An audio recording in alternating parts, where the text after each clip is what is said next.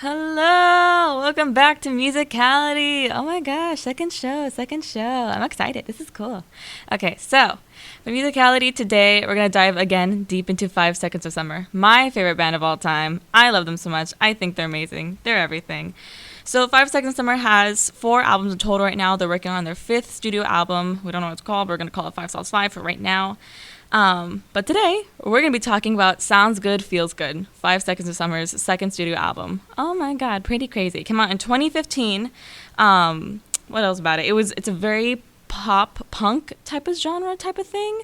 First album was very pop punk. This one was more grungy, more punkish, more I guess just more harsh. A lot of guitars, a lot of a lot of angst, a lot of great vocals. So yeah, really excited to get into 5 Seconds Summer. Sounds good, feels good. Okay, awesome. Let's get into some music. Okay, that was Deja Vu by Olivia Rodrigo. Oh my goodness. I love Olivia Rodrigo. Everyone's been talking about her and whatnot. I've known her since, oh my god. I sound like one of those people like, well, I've known Olivia Rodrigo longest. Oh my god. I knew her on, what was it called? The show on Disney Plus. Me and my brother love to watch it. What's it called? High School Musical, the musical, the series. I always make that joke to any of my family members or with my friend Kim. I'm like, oh, did you watch High School Musical the musical series? It was a good episode, right? On High School Musical series. Have you seen that show, High School Musical series? High School Musical series. What a great show, What a long title for a show. It's okay though. It's good. It's good. That's where I knew Olivia from. Miss Olivia Rodrigo, and oh my god, another song that she has that's like amazing is All I Want Is All That Lasts. Oh my gosh, what a great song. Okay, I love Deja Vu. When that whole album came out, Sour, I should react to Sour next, or one of these times. I should react to Sour. I love Sour. I think it's such a good album. I bought the Target vinyl version for Sour. I think it's phenomenal. Really? Yeah, I have different variants of that vinyl of that record. So yeah, I'm actually gonna bring my record player home today. So yeah, really excited. What's it called? I love Sour. I think I'm gonna react to that one next. Anyway. Let's get back into 5 Seconds of Summer. Sounds good, feels good. Okay, so we just got off of good old 2014 when all the songs were about oh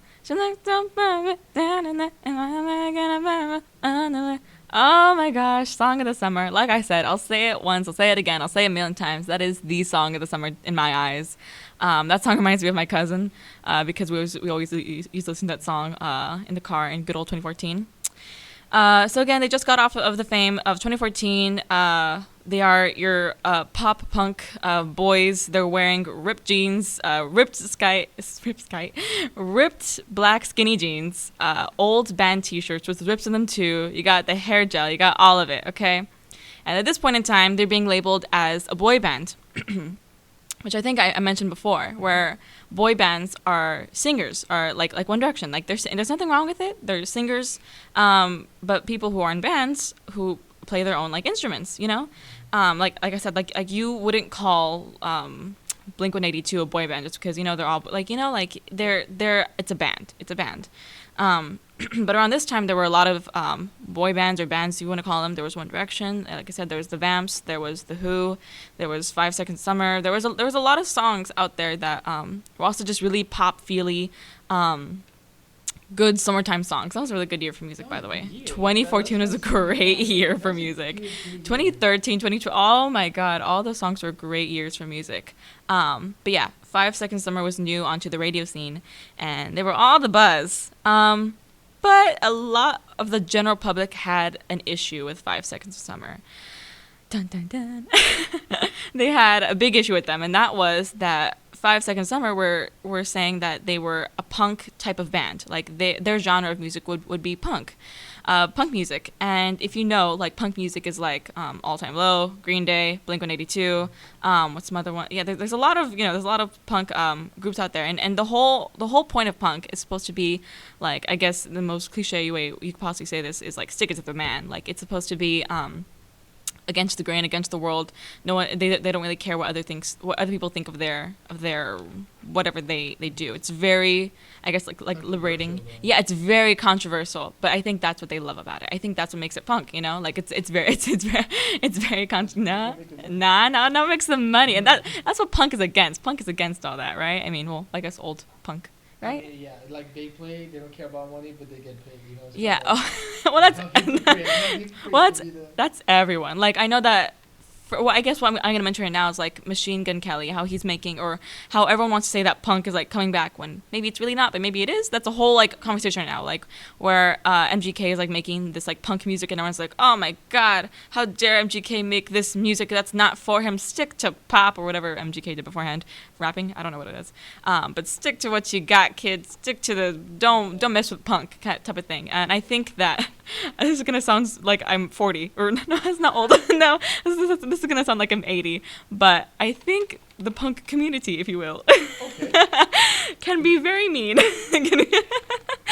I sound like I'm 80 years old, but let me get into that a little bit before I get attacked. So like, is this like an advertisement against a punk listener? We're so sorry for what there is some sort of punk listener now who hates me.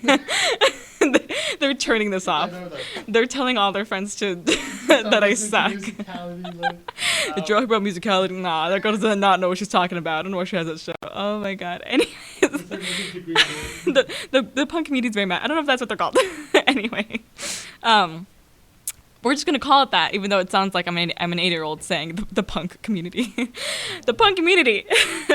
Or I guess the general public, but more so people who listen to punk, were mad at Five Sauce at this point in time because they were labeling themselves as like punk. And so I was listening to oh my god, they got a lot of trash thrown at them basically. Like they were trash. Like their name was Doug, or what's it called? Dragged. Doug. Dragged through the mud. Like dragged. Like people were brutal. People were brutal to Five Sauce around this point in time. And I didn't realize I've always heard how bad it was for them around this time. But I didn't really, I guess, understand like the weight of it until like I actually like got into it. Like I was listening to this podcast, and they're saying, and it was like a music producer, and I was like, whoa, cool music producer guy. And I want to be a music producer when I'm older. I want to be into that kind of stuff. So I was like very interested in it. I was like, sick. Okay, there's this music producer guy like talking about Five Sauce, and I always love to go onto Spotify and search up Five Sauce's name, and then like just see what people said about them at different points of time. So like in 2018, they'll say, oh, Five Sauce made their comeback from their hiatus, or in 2019, like, oh, they came out with a new song. 2014, though, there was this punk podcast type of thing, or with this punk music producer who was talking about 5 Seconds of Summer and saying how he absolutely hated them, because how fake they were, and how because they wore ripped skinny jeans and ripped clothes, that they were not real punk and that they should never be trying to get to punk. And this was around their first album. So I know, and the first album, I will say, it's very pop punk. It's very cheesy lyrics, but you could tell that they knew what they were doing when it came to that kind of stuff. You know what I'm saying? But they were good. They were good songs. I don't mind the first album. Like I don't mind the first album like at all. But he was saying how like they're fake, and since they pose for all these photo shoots, that they're two teeny bop. He called them like teeny bop music people, and I was like, okay. But yeah, he called them teeny bop. I was like, okay, what a weird word to call them. But like he didn't know them, so he was already dragging these guys and saying that they didn't care for their art craft, and that they didn't care for what they did. And to Five Sauce, that's a huge insult. That's like a huge like, oh, like you the worst thing you can say to them is about their music type of thing, you know? So that's what they got a lot around that time in 2014. The general public was like mad at them because they were they were wearing all this stuff, they're doing all this stuff and making all this pop punk music, and they're like, well, you're not punk, stop trying to be punk, stop trying to do this. And I would hear about this, and then I didn't realize like I said, the weight of it until I actually like went back. So if you don't believe me, go back to listen to those podcasts, go back to listen to all these. They were dragging him through the mud for just making music that they wanted to make. You know, they weren't trying to be anybody, they just wanted to make music that they wanted to make at that point in time. So nothing wrong with that. So they got a lot of stuff, a lot of trash, and then they came back with Sounds Good Feels Good, their second studio album, which is way more, I guess, grunge, way more angsty, a lot better vocals, a lot better everything, a whole... The money's there, yes. They came back stronger, bigger, and better than anyone has ever seen in their entire life. But yeah, they were killing it. They made... They had a few singles, actually. What were the singles? The singles on Sounds Good Feels Good, I think you might know, or people who are listening to might know. She's Kinda Hot, which is, she's kinda hot though. Yeah, she's kinda hot though. And then, Hey Everybody. Hey everybody, we don't have to live this way. Which I think is a sample of Hungry Like the Wolf. Da-na-na-na, I think it's a sample of that song. I'm not sure though. I'll double check. And then their third single, Jet Black Heart, which I got a jet black heart, and there's a hurricane underneath. You never heard that one? Oh, I should have put that one. Oh my god. Jet Black Heart is it's a fan favorite. It's a fan favorite for a reason too. Oh my goodness, Jet Black Heart. I'll listen in the meantime. Crazy. Okay, you better listen to that. All listeners out there. All of you out there, listen to Jet Black Heart. Anyway, so Sounds Good Feels Good came out, or I guess the singles were coming out first, and we're moving into a new Five Sauce era in 2015. The album came out in 2015, and so the whole album is just a lot more angstier, a lot more punk, I guess you could say, a lot more grunge, a lot more heavy guitars, a lot of guitars, and deep lyrics. They definitely improved their lyrics from album 1 to album 2, because wow, the change from album 1 to album 2 is absolutely insane, like pretty crazy. One of the songs that I want to show to you, all of you, is Castaway. That is my favorite 5 Seconds of Summer song on Sounds Good Feels Good. I think it gives a good vibe of what they were trying to do on this era. So yeah, right now I'm gonna show you Castaway. Tell me what you think about it, and enjoy. Sick. And that was Living on a Prayer, and that was Castaway. Yep. Awesome. Well, now I have a question, Sick. and I was thinking about it during, the show. Okay. So which one is your best, 5 seconds song? My 5 seconds Yeah, song? I was just like wondering though. My 5, yes. I'm glad you asked. So I don't know if it's any secret, but my favorite album from Five Sauce is Calm, which is their most recent album, which is their 4th album in their discography. Again, they're making their 5th album, so everyone tune in for that if you like their songs so far, because they're going to be amazing. My favorite song is actually a single, which makes me feel like a fake fan. Because when like people are like, what's that band on your shirt, and you're like, Nirvana, and they're like, name one song from the band, because why are you wearing a Nirvana shirt? And they're like, I bet you only know the singles, you fake fan. And it's like, okay. But we're not this type of people. But we're not this type of people here, okay. Any song that you like, even if it is a single, if a favorite song is a single, does not matter. It's still a song that they made. It's still amazing. No, like there's no, So my favorite song from 5 Seconds Summer is Teeth. That is my favorite song. That is my favorite song. I don't know. That makes sense. I don't know what they put in it, but it's literally the best thing I think I've ever heard. I don't know what they put in Teeth, but if y'all listeners out there who do not listen to Five Sauce, don't know that song, it's Fight So Dirty But Your Love So Sweet. I love that one. And also, actually, another one of my favorites that maybe could take the cake, I'm not sure, it's called No Shame. I don't know if you heard that one. It's got no shame. I love the way you scream, taking my oh my god. I told you, I heard that. Good that song. Good Good song. song. In my basketball game, and I feel just in love. Really? Yeah, Wait, with Teeth or with No Shame? No, with Teeth. Okay, I was like, No shame. I was I like, didn't No hear that Shame one, is but not a basketball song. I was like, okay. No. T. And No, I go just on. fell in love because that's my favorite too. From 5 Seconds Yeah, Summer. yeah. I need to show you more. And then the second one, it will be Youngblood. Youngblood? Yeah. Youngblood. Yeah, I think they're just two, and well, how do we end up here? I think There you go. Now you're a fan. I'm making you a fan, John. Yeah, you're making a fan. Yeah. I'm making So all of a sudden, probably we'll go to the show together. So I don't know. Next year and be like, oh my god, me and you at 5 Sauce. I'm like, who's your favorite? You're like, Michael. You're gonna have a favorite by then. I will dye my hair red then, so I could be like, okay. You know, you have the highlights. You I You can't. can do the red hair. You can be Michael. You can be. I think you had to convince me that more so I could get what to do that. But I totally could. I $10. Oh my. $10 you dye your hair red. Right here, right now. I kid you not. $10 you dye your hair red. $10. We Like go to 5 red. seconds. Yes, red. $10. I'll give you $10. $10. Yes. No. You're good. The whole thing or just the highlights? Just the highlights. It can be the highlights. It's cool. It's fine. You know, Michael's hair right now is actually platinum blonde with black tips at the end of it. So you know what? You know what? I will do it. I accept the bet. I accept the bet. Okay. Yeah. $10 to send next year when we go to our 5 Seconds Summer concert. You're gonna your hair, you're red, and your favorite is gonna be Michael. Okay. You know what? Let's make it this better. You have to give me the $10, but we have to Dye my hair red. Yeah. And just the highlights though. Do you know how hard it is to get? Do you know Hey, it is what how it is. hard it is to get red? Or I could take the $10, you know, and be just like, hey, just pure red as you wish.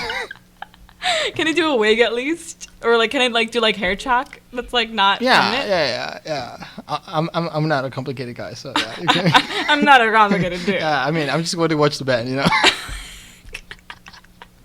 You know, I have been wanting to dye my hair red, like the highlights Really? of it red. My mom says no. Mom, if you're listening, don't come me. I bet it's a bet. Anything for Michael Clifford. That should be on a shirt. Yeah. We'll be like. And then we'll go to the concert, and then we'll have shirts on us that say anything for Michael Clifford. Yeah. There you go. And then in the back say Bucket Radio, so they can hear the show. So you can rap. Represent. Imagine 5 Seconds is here, like in the studio one day. Dang. Oh, don't even say that. I don't know. Don't even say that. Ooh, oh my God, imagine Luke. Don't even say I that. don't know. It just The amount of no, I'm gonna be honest with you. I've imagined me meeting them, and the amount of questions that I have for them is insane. Like the amount of questions like that his old fans though. Well, no, because here's the thing. Like when you go up to artists, right? It's like they don't really like it when you, or some don't like it when you take the pictures and that's it, right? Mm-hmm. So what I would want to do is I think even them, I don't know if they would like that. What I would want to do is go up to them and ask them about things, actually genuinely strike up a conversation with them, and that way that's a better experience than just a hi and a bye type of thing, you know? So a whole hour from this show is not going to be enough though. That's what you're telling me. I don't think so. I want more. I want to spend the whole day with my sauce. But so what do we the question do you ask them? I would ask them about their music. I would definitely, because I feel like that's you know how in interviews how even me and my brother were talking about this the other night, because I make him watch 5 Sauce interviews. Hi Zach. Wow. If Zach, you're listening to this, hi. I make him watch 5 Sauce things, right? And he always tells me why did the interviewer ask them that stupid question? Like they don't care about who's gonna sleep in the tour bus for how long, you know. So and you can tell that 5 Sauce doesn't like that either. How they don't like it when interviewers are well, what do you think Michael's gonna dye his hair color next? And I don't know. Purple, who cares? So And they want to be professional though in their professional career. But what are you saying? Professional, but genuine professional. Not where it's so how's the new song? You know, even though it's talking about the music, it's not genuine. I would ask them for example, two of the members, Ashton Irwin and Luke Hemmings, made their own solo albums. Ashton's called Super Bloom, and Luke's is called When Facing the Things We Turn Away From, which I will probably get to because I love those albums. Those are very good. So to ask them about even if Michael and Callum don't have their own stuff, right? I'd like to ask them one question that they got asked that I loved their answer to is, how do you measure success now? And I think Ashton just said with a handshake and someone telling me that that was good. I that he doesn't need the hits, he doesn't need the number one, he doesn't need all the fans saying that is amazing. He just needs that that handshake that was said, yeah, that was good, you know. And that's how he measures success, which I think is, you know, I think I would lose it though. I don't know. I like fame.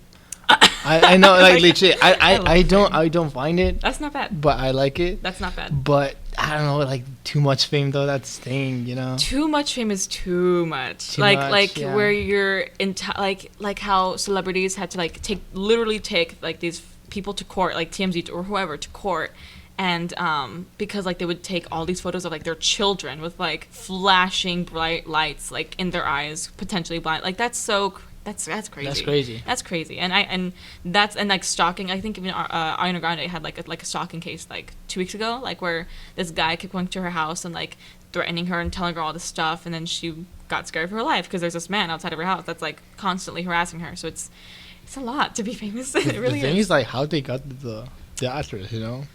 What do you mean? Like the address to find it? It's hard. Like I mean, I don't know any other like famous people. I mean, it's online though. It's all on Google. It's all. I'm pretty sure. Like, if have you want, stalked? You know, that brings me to my next no, question. I like, totally didn't look up Luke Hemmings' address. Sure, like what? You're crazy. You knew that. It's not like he lives on Cornelia Street down in Nile Avenue, Los Angeles. Oh, what? 5 seconds. Just watch out, bro. Just watch out.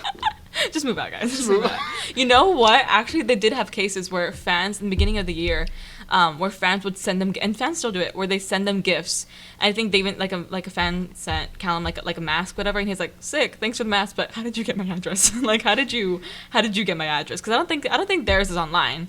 But yeah, a lot of fans have their addresses. A lot of fans send them things, and they're like, "Cool, but." No, don't do that. Maybe. Cool, but not cool. Yeah, don't do that. Maybe, and I know that in 2020, Luke even said that they had to move houses because a lot of people were harassing his fiance. No way. Yeah, they had to like move houses because the hate just got to be so much. It'd be like, babe, hey, let's move house. Nah. They're like, hey, let's go. I can't take it anymore. So that's bad though. Like for your privacy to be invaded in that type of way, you know, like you would expect better from your, and I guess like that is like the downside to fame, like where your fans are always gonna have like an opinion on who you're with and who you are and your music and more like the psycho. Like I just can't imagine a person that thinks that they will fall in love with him, you know, and just go to their house and like see their fiance, like obsessive to the point where they believe that they're, you know. Actually, another day, keeping this okay. Actually, the other day I was scrolling through good old Twitter, and Twitter is like the most like toxic thing you can for fans. Oh my god, it really is. But I was scrolling through Twitter, and there's a screenshot, and some girl screenshotted of like this girl on Tumblr saying that, oh, I could treat Ashton so much better, and that his girlfriend right now is not good for him, and that she doesn't know any better, and that he's gonna love me, and I would love him so much better than anyone else ever. Like, oh my god, like that is psychopathic behavior. Like, that's a lie. I can do better to myself. I'm like, girl, I could do better. It's like, yeah, you're crazy because I know I can do better. That's so bad. No, but that's crazy how people genuinely believe that, like, yes, I'm gonna marry this man one day, even though I'm 18 and he's 45. You know, like 5 seconds for context are not 45. They're all in their 20s. Just putting it out there. In their 20s. In their 20s. Luke being the youngest. How old? Ashton is 27, Callum and Michael are 26, and Luke has just turned 25. Yeah, you did your homework then. I've loved this band for months, so yes, I studied. I can tell. I have I have their entire discography on record, on vinyl. So, yeah, I know. I saw it in your story. You saw my shrine. Yeah, I was like, dang, you know. Oh, my shrine. Yeah, I have more at my house. That's not just it. I have, they're self-titled on record. Thanks, Zach, by the way, if you're listening. I have that on record, which is one of the most expensive records out there in general, I think. Like rarest to find, which is insane, by the way. Pretty cool. Then I have Sounds Good, Feels Good in black and pink. How much was that? Like now I'm interesting though. Like, how much was that? Don't ask me that question. Like, you know how fast can go like so crazy about it though. You see, no, he knows how much. Oh, but here's the thing. I didn't buy. If you buy the record, here's the thing. If you buy the record from like the seller itself, it could be like less money, like $50, which sounds like a lot, which is a lot. But like from the person itself, it's not bad compared to resellers who sell them for like hundreds of dollars. Like, I don't want to say how much I bought mine for. Yeah, okay. But it was in the hundreds. Oh my god, Justin, Zach, Mom, if you're listening, no, you're not. no, you're not. Okay, let's go better to a music break. How you think about that? No. I plead the fifth. I'm confessing everything on no. Let's go to a music break then. Let's go to music break. Okay, here's another 5 seconds of summer song. Y'all gonna love it. This song reminds me of my brother Justin. It's his favorite, and Zach's, because he wants me to mention it, his favorite is Heartbreak Girl. There you go. Okay, now 5 stars. Woo! Let's end up here by 5 seconds of summer. See, and that's what I'm talking about. Like, the change between the first album and the second album is pretty insane to me. How the first album, self-titled, was a lot more just very upbeat, very just very, I guess, not just teenage.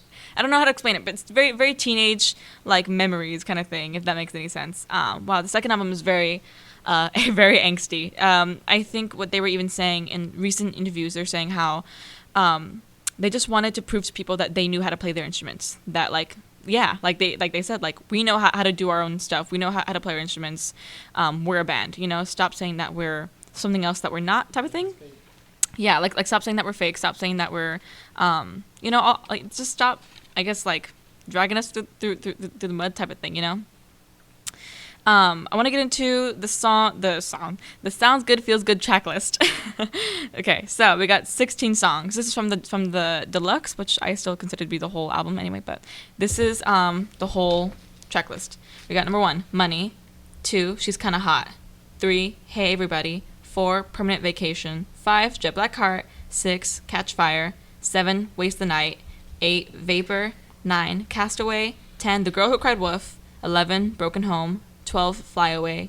13, Invisible. 14, Airplanes. 15, San Francisco. And 16, Outer Space / Carry On. Boom. And I love the way that they made this album, because it starts off very like, oh my god, we're gonna do money and rob banks and we're gonna do things, woo! And then, like, in the middle of it, it's like, I'm depressed. My life. That's how midterms are right now, bro. Like, everybody was just so excited the first time, and then, like, I have depression. I have like that's the album for you in a nutshell. It's literally, it gets into actually pretty deep I guess lyrics. Something that they like to do a lot, and something that you'll even see in, like, Youngblood, is that the lyrics will have, like, the saddest meaning in the world, but the tune is so upbeat. Like, it's like, woo, dun, dun, like, a good example would be Permanent Vacation, which it goes like, do say that I'm due, dun ba dun dun dun dun, and miseducated, and the lyrics are literally just saying how depressed they are, and how they need, like, medication. But that's like a good key though. For example, Begging, that's a good song too. Begging, yeah, begging. Like, the song is so sad, but hey. but that's like, I don't know. I hate, but it's weird how, like, for example, like Youngblood, where it's the whole song is basically saying, like, remember, like, when you told me that you loved me? Yeah, I remember that too. but the whole song is like, Youngblood, say you want me. Like, out of your life, like, yeah, it's very upbeat, like you're saying, like, how Begging, upbeat songs, but they have, like, the craziest, like, lyrics in the world, which I think is really cool. I like it when songs are able to do that, where, I don't know, they just have a totally different meaning than what you ever thought it was, I guess. I just experienced, like, how, imagine you're depressed and you're listening to a song, like you'll be like, kind of like, I'm sad, but I'm just, like, so up right now. But that's what makes great club songs. Where you're in the club and you are like, oh, dancing, but it's like, wow. I'm also really sad though, because Josh just broke up with me. Freaking Josh, man. Freaking Josh. Freaking Josh. I don't know who Josh is. I've never known a Josh. Josh, if you're there, oh, okay. Josh, if you're out there. Sorry, bro.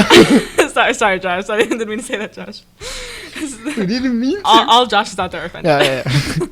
So my top 5 from Sounds Good, Feels Good. Okay, I'm gonna do like a little, like, ditty for you too. So number 1, Castaway, which you just heard. Yep. Not just heard, but you just heard. Castaway. I'll be just so far away, but yesterday, and only like a castaway. It's very guitar heavy. Lyrics. Oh, I love the lyrics. Oh my god, I love the way they sing in this song too. Which, by the way, something that fun fact if you didn't know. Okay. So 5 Seconds of Summer.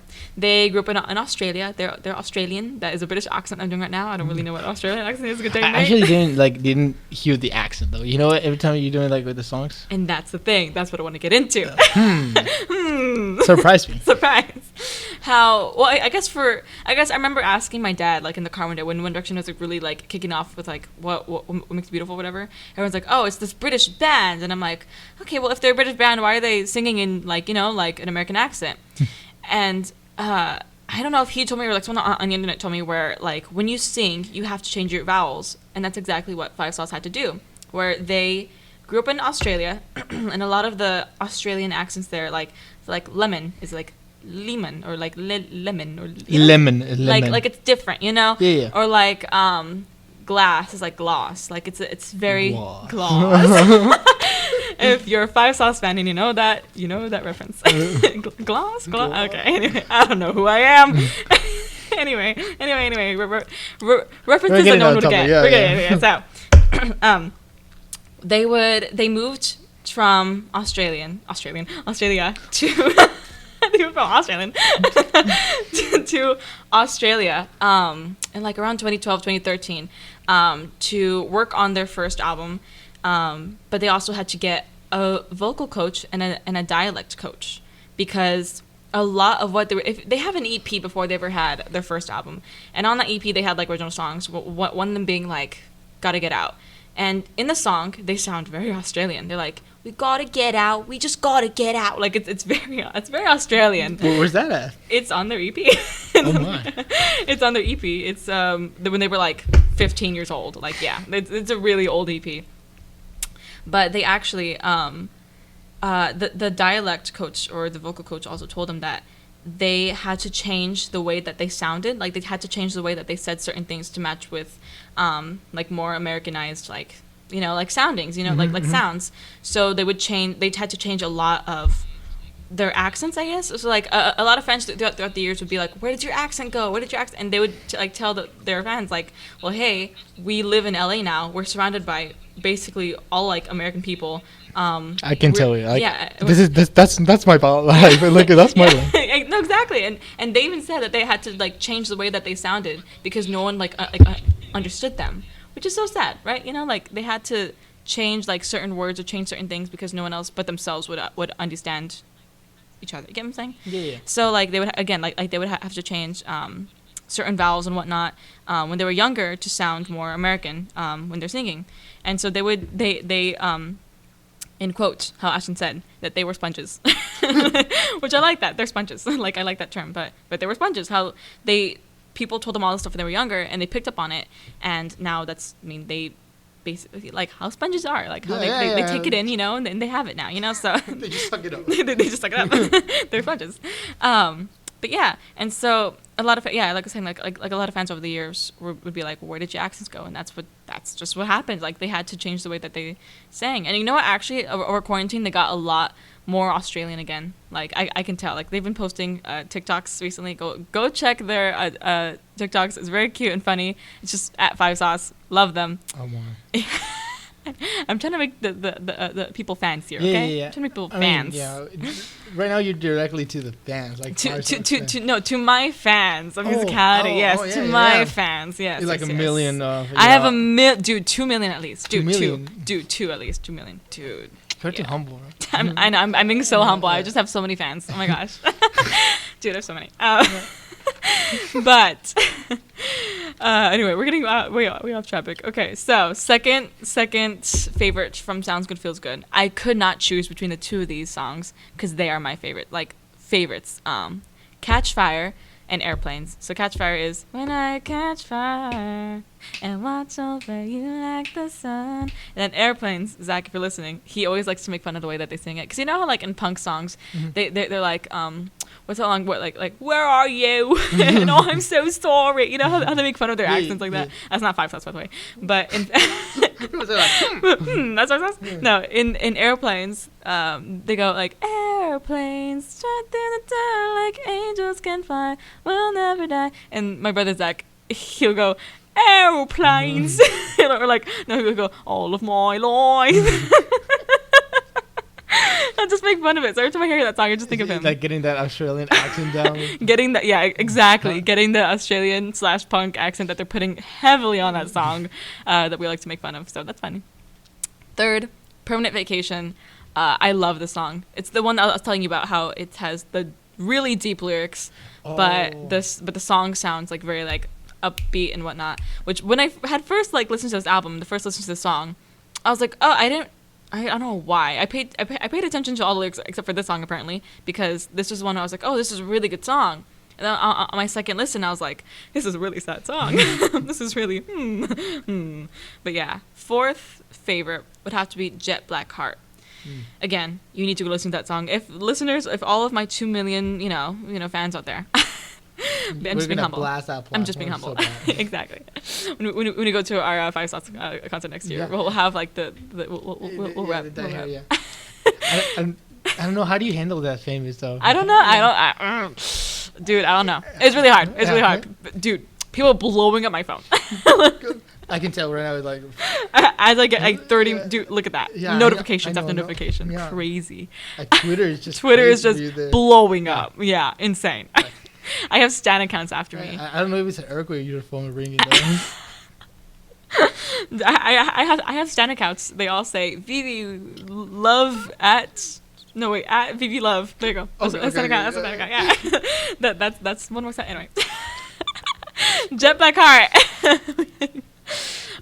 Jet Black Heart is a fan favorite song because it deals with a lot of issues, and I think for the music video they even got fans to be part of the song, part of the music video, because they wanted to showcase like what the song meant. It talks about like basically the song is saying how everybody has their demons and how I don't really feel anything anymore type of thing. It's really like dark and depressing, but it's kind of like it's comforting because like in a way, because it's like we've all been there, we've all felt like that way at one point, and they've always been they're such advocates for like mental health. Like the amount of like videos or clips or things that they've just said in general that I can show you that they've just said about like mental health and that. I mean, Teeth, just the video though. Remember we saw the video, it was like, well, Teeth, calm in general is a whole like toxic relationship. Like that's about, like, but they have so many songs and say so many things that just talk about like just like mental health that. But I just wonder like who wrote that one and why. Who wrote Jet Black Heart? Who wrote that one? Michael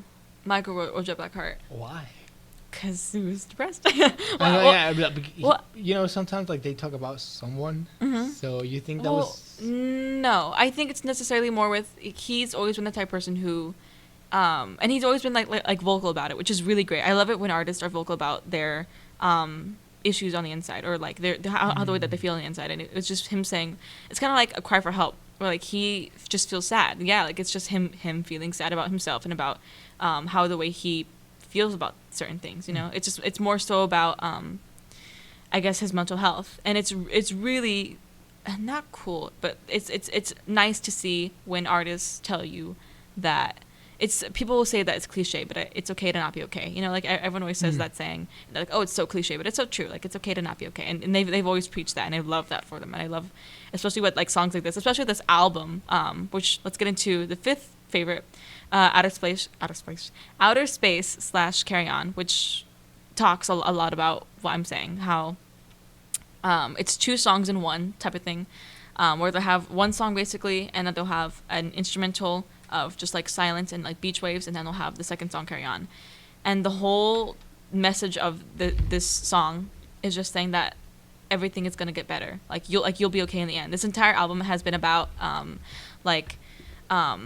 guess angst and about sadness, about depression and the way that you perceive yourself and the memories you make with other people and how you feel inside, or the issues that you're facing outside of your life or the issues that you feel inside of yourself. Or the memories that you want back, and then all for it in the end to be like, everything is gonna get better, Yeah, I get you perfectly. I mean, it's just how they do it, how they express themselves in just which I love that any artist can really do. How they can express themselves through songs so well. Like, I'm gonna do what Luke was saying, how because Luke has his own solo album called, like I mentioned earlier, When Facing the Things We Turn Away From. It's all about his personal life, all about his mental health, all about, and oh my god, I think genuinely one of the best albums I've listened to my entire life. Not like of the year, of my life.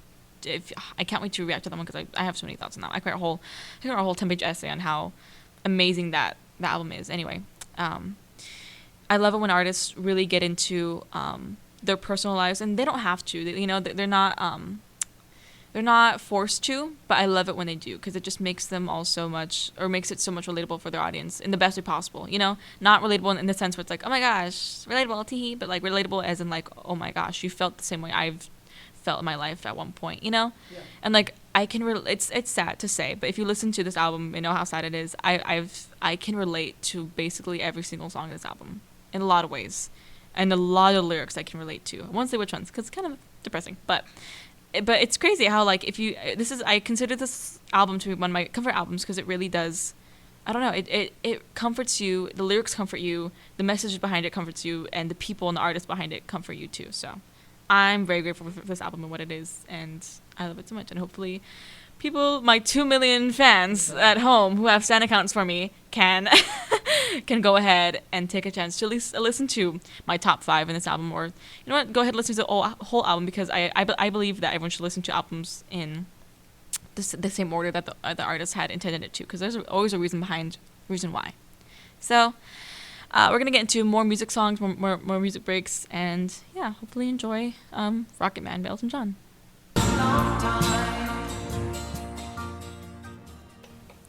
And that was Musicality, or I guess that was Sounds Good, Feels Good.